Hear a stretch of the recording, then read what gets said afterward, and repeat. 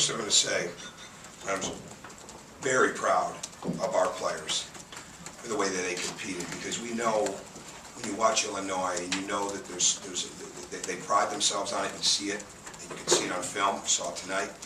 They play with great toughness. They play with great togetherness, and you've got to be able to match that. And I thought we did. I thought we matched it in so many ways, and we did a lot of things that we needed to come in here and do today. They're a very, very hard team to defend. They're a hard team to score against. They're very, they're maybe not as experienced as Illinois, but they're very experienced players and accomplished players, and have now had the year sitting out or the year working, with John and his system. We certainly knew how well coached they were, and John is.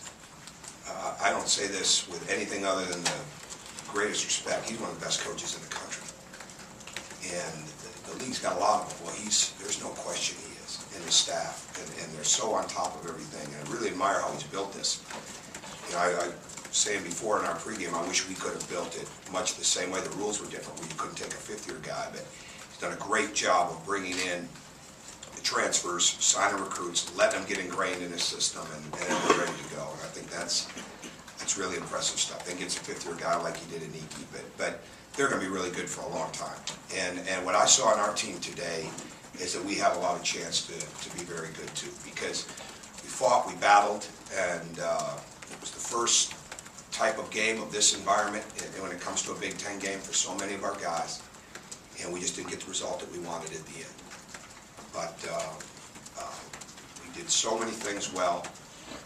Still have things, obvious things that we have to improve, and still, with all that being said, with the turnovers and things like that, we were still right where we needed to be in regulation, and even really right into the last little bit. But again, what Illinois does, what they do as well as any team I've watched all year, is, and it's something we say and preach and talk about all the time, you've got to get 70% of the 50-50 balls in a game.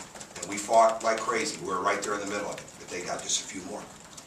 And that's a sign of where we've got to get to as a team, because we've done it as a program, so now we just got to get there as a team. And it's a sign of where they are as a team inside the program, and I think it's going to serve them very well. That kind of hustle and effort and intensity is going to carry them a long way, and we're going to learn a lot from them.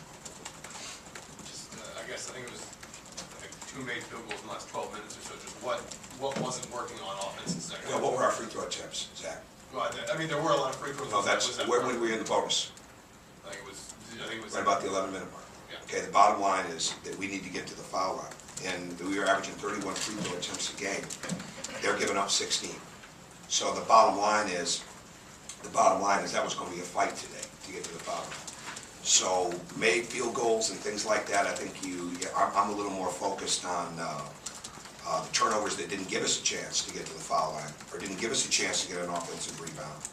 But the bottom line, when you get into the bonus like that on a team like that on the road, you've got to take advantage of it the best that you can. Now, with that being said, we missed some shots.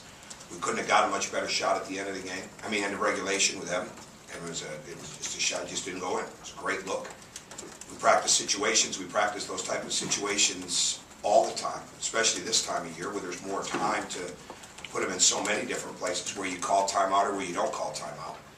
And against a team like Illinois, that's very, very difficult to get the ball in bounds against. And at the same time, he has in his arsenal what any good coach would have, is the ability to switch defenses. We were in control of the ball, in control of the look we were going to get, versus it being against what the defense would make us take. So there's always going to be some misses that you get that you'd like to have back. There were some other opportunities that we would have had to drive the ball to the basket. But for the most part, when you're shooting 30 free throws, you're getting a lot of good things done. You mentioned the shot that Evan got, basically. Did you draw anything up on that play, or was it just... That's a set play, and it's also something. Now the look came after the movement, but that's a play that had been used in and out of the day that we'd had success with. And it wasn't anything; it was just a missed shot. But there's about 3 or 4 things that we have that we would use without a timeout. In that situation, that give you the 2-3 look. Give you any of those type of looks. So no regrets in that. And at the end of the day, we needed every timeout in the overtime, anyways, to be able to set our defense, especially because we had to utilize it the way we did at the very end of the game. So we got a great look. I mean, it could have gone a lot of different ways with a look, and he got a really good one. mentioned availability yesterday, talking Mention about. who? You mentioned, I didn't say a person yet. You mentioned just the idea of trying to figure out when to bring guys in and out based on fouls with new rules and everything like that. How much were you kind of going through with that with Noah down the stretch? Big time. What kind of made you decide to play him when you did? Absolutely.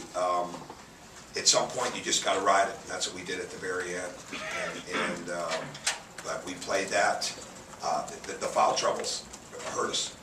He had some turnovers, some big ones that he'd like to have back. We wouldn't have been in the position in the game without him throughout the game. And what happened is they put more and more attention on him in the second half, which in turn freed it up for more guys. And I think he was a big part of us getting into the bonus just based on the way he was being played. So to me, that just becomes, there's no set rule on that. Hunter was doing fine. You don't want to play a long time without Noah. I thought Devin Davis went in and gave us good minutes.